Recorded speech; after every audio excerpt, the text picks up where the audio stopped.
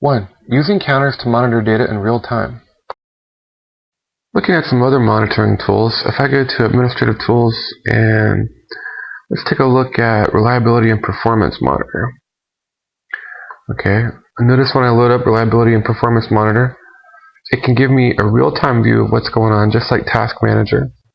So for my CPU, disk usage, network, memory. And if I go here, I can also add counter objects in real time. So actually, let me remove this guy here.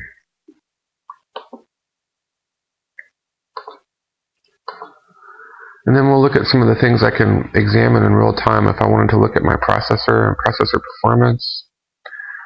Just look at some of the options I can add in here. And if I wanted to add all these guys, I could just add them all. That'll give us quite a few lines there in the histogram view, or in the line view.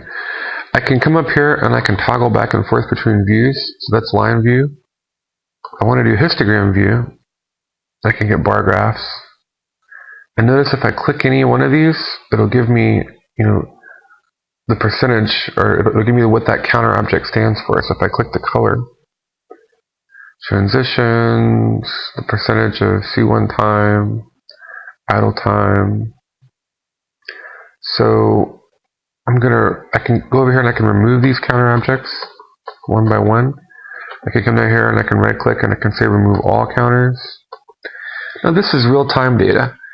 And there's also tools built in to the Reliability and Performance Monitor for collecting data over time as well. Now be aware that, again, there's no free lunch, so if you do a lot of monitoring for establishing baselines, it's going to degrade your server's performance because you're using CPU cycles, you're using memory, it's disk I/O operations to write all that information to a log file. So it's not necessarily something that you want to do all the time, but maybe you should do it on a schedule. Through the network interface in here. Okay, right now, just the current bandwidth.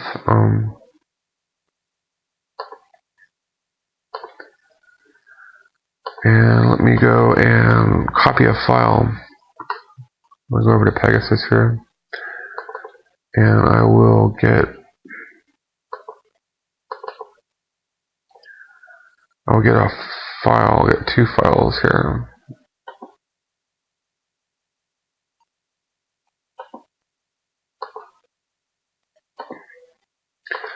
Grab all these guys and then come over here.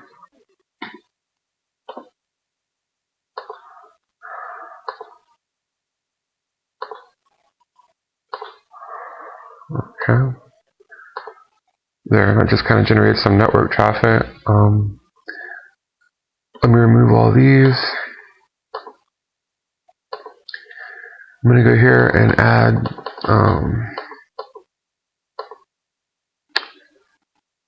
some IP version 4.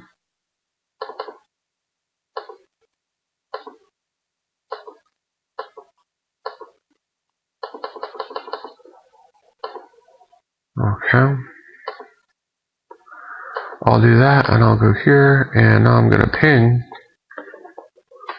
with the version 4 switch and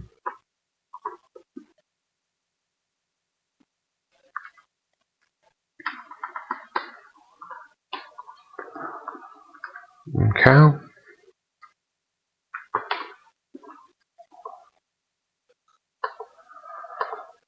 And again, you can see what my counters are: datagrams received discarded, datagrams outbound, datagrams received address errors, datagrams received header errors, things like that.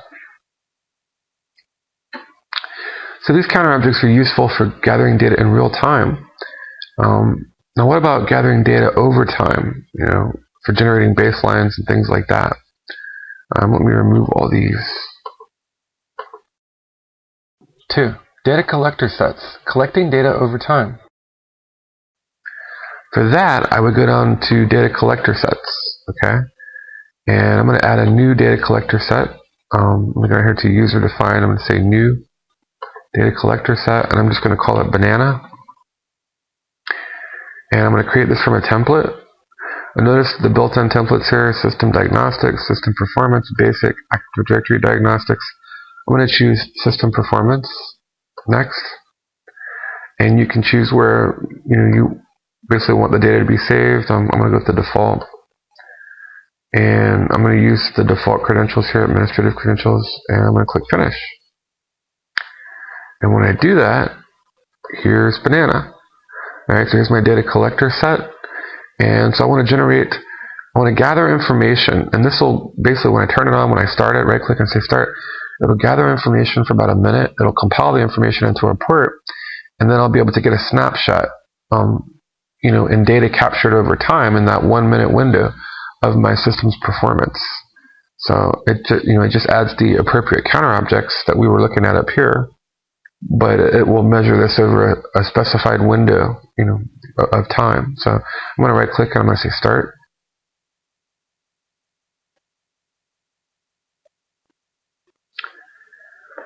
And it'll start, and again, in the measurement process, it's going to use CPU cycles, memory. It's going to be performing read writes on the hard drive, so I/O operations. And this is not something that I would leave running all the time on a server, because it would, horribly degrade that server's performance. But it's something that you would do periodically as part of your maintenance schedule, to look at baselines and try to determine, well, when do I need to upgrade, my server? Maybe when the paging file usage goes over a certain threshold, or maybe when the available amount of free RAM is less than 30% or less than maybe 35%, or maybe when CPU utilization is going over 70%. At that point, you might think, well, maybe I need to, if the main board supports it, add more CPUs and cores, or upgrade to a faster system, or maybe I need to add more memory, or so forth. Okay, it's compiling. It's a little hourglass there, and now it's done. So it did that measurement over time. 3. Viewing report data from collector sets. And now if I right click on it, I can say view for the latest report. And now I get a report, all this information collected over time in that 1 minute window. Here's a summary, the diagnostic results. Here's my CPU. I can go down into, let me scroll down here. And I can look at all these processes based on the CPU. You close that. Notice I can click here, and I also have links. I kind of like the way Microsoft does the report output feature. TCP version 4, I can go right to that if I want to. Just like a web browser, I can go back. And this can kind of help you see where your weaknesses are. And if you analyze the information that you can gather, from these log files, then you can kind of plan your upgrades and figure out, hopefully head things off at the pass before they become a problem for your organization. I can go here and look at memory usage.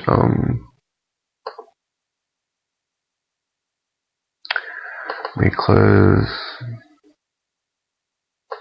TCP, and we'll close that.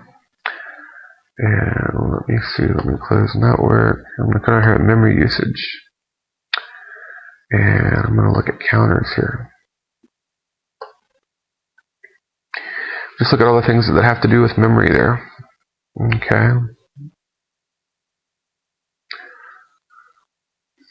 Pages, cache, we're here to process.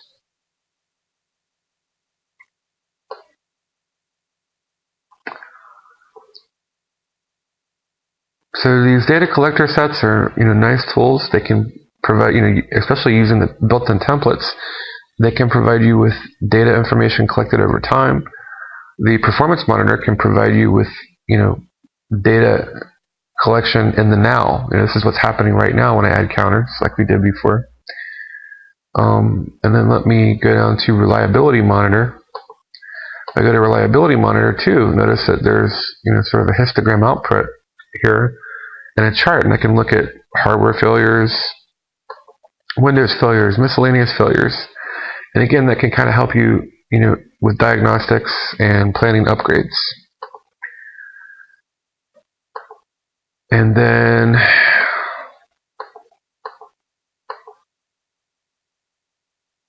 notice some of these. These are user-defined logs here built on my data collector set. But also notice that there are built-in reports that I can run, that I can view. And let's go to Event Viewer here. 4. Viewing log files in Event Viewer. I'm going to right-click and click Manage, and it's just another management and monitoring tool. Just a brief overview today. But if I go to Diagnostics, notice that here's a link to Reliability and Performance, which are all of those things that we just went over. But also a very useful tool is Event Viewer. And I can look at Windows logs, and I can glean a lot of information. We're divided into several categories here, log files, and these are my application log files, and I can get individual messages sent by running applications. See these here, these red exclamation points, these are arrows, and these might alert me to things I'm having trouble with. And this is great because I can even take this and I can copy, and then I can go paste it into Google and Google for that particular error, that particular message, and see if there's odds are you're going to find somebody who had the same error or something similar, and they're going to have a fix for it. And in this business, you can't really know everything, but if you learn where to find the answers, then you can diagnose and solve a lot of problems. And so your log files can help that. If you learn to read and go through your log files when you're having, here's a warning message here, right? And that's for the WinLogon subscriber. Not really a fatal system error or anything, but if I'm having problems, this is one of the first places I might check, at least with an application. Now, what if it's a security issue? What if a password is compromised, or I get brute forced, or a dictionary attack or something? And in this case, I might want to check my security log. And if I'm implementing auditing, I can audit privilege usage and privilege escalation. I can audit object access. How many times somebody was denied access if they tried to open a file they weren't supposed to. There's all kinds of things I can do here. And then set up log files. I don't have anything in there at this point. I've kind of cleared that out. But system log files is very useful. And again, you kind of look for the icons. Here's a warning here. Everything else is just sort of a normal system message. But the KDC, or Key Distribution Center, cannot find a suitable certificate to use for smart card logons. And that's back when we were doing the certificate services lab and Active Directory. But not important, but if I were having smart card issues, it would be important. So that would clue me in. That would give me the right tree to bark up, so to speak. When there are so many thousands of trees, you want to try to focus your time and your efforts on the right tree, if we use that analogy. But here's an error message. The previous system shutdown was unexpected, and that's because I just shut it down. I didn't give it a reason. But, virtual storage driver is disabled to the registry. It isn't active for all disk drives, and that's when I was kind of messing around with the distributed file system, and we were doing some things with shadow copies. But forwarded events, and so just get used to using the tools that are available to you. Take advantage of the things that are built right into 2008 Server. You could spend hours and hours going over the finer details of each of these. But again, if you hop on Microsoft's website, TechNet, you can get some basic suggestions, and maybe I'll do another video or another tutorial about that, where we'll kind of build profiles of what to look for paging file usage, or when you should upgrade your memory or your disk drive or something.